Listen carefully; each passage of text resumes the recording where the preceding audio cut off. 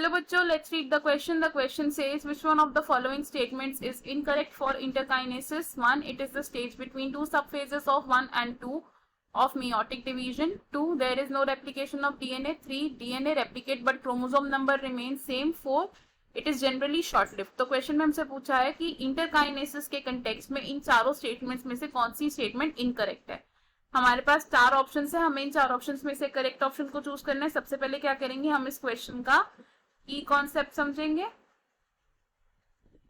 इस क्वेश्चन में हमारा की कॉन्सेप्ट क्या होगा, इंटरकाइनेसिस. इंटरकाइनेसिस. अब इंटरकाइनेसिस क्या होता है, ये होता है एक मेटाबॉलिक स्टेज और ये मेटाबॉलिक स्टेज कब आता है, between meiosis 1 and meiosis 2. meiosis 2. तो इंटरकाइनेसिस कब आता है, मियोसिस 1 जब खत्म हो जाता है तब अकर होता है एंड ये तब तक रहता है जब तक मियोसिस 2 शुरू नहीं होती है. तो हम क्या कह सकते हैं कि ये इंटरकाइनेसिस कैसा स्टेज है, एक शॉर्ट लिव्ड स्टेज है, ये ज्यादा टाइम तक नहीं रहता है.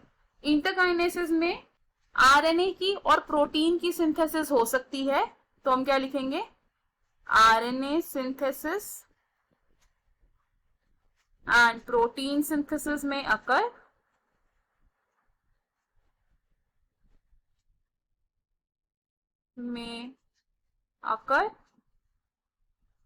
लेकिन इंटरकाइनेसिस में डीएनए की सिंथेसिस बिल्कुल नहीं होती.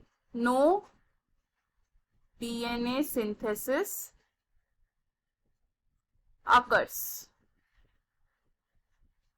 तो हमें हमारे क्वेश्चन का आंसर मिल गया. हमें क्या बोला था कि हमें इन चारों स्टेटमेंट्स में से एक इनकरेक्ट स्टेटमेंट को चूज करना है. तो हमारा करेक्ट आंसर क्या होगा इसमें, ऑप्शन 3 यानी कि DNA replicate but chromosome number remain same.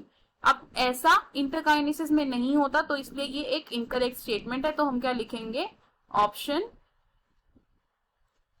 3 is correct. अब देख लेते हैं बाकी ऑप्शंस इनकरेक्ट क्यों हैं. क्योंकि 1 says it is the stage between two subphases 1 and 2 of meiotic division. तो ये इंटरकाइनेसिस के कंटेक्स्ट में एक करेक्ट स्टेटमेंट है, इसलिए ऑप्शन हमारा रॉन्ग होगा. Option 2 says there is no replication of DNA.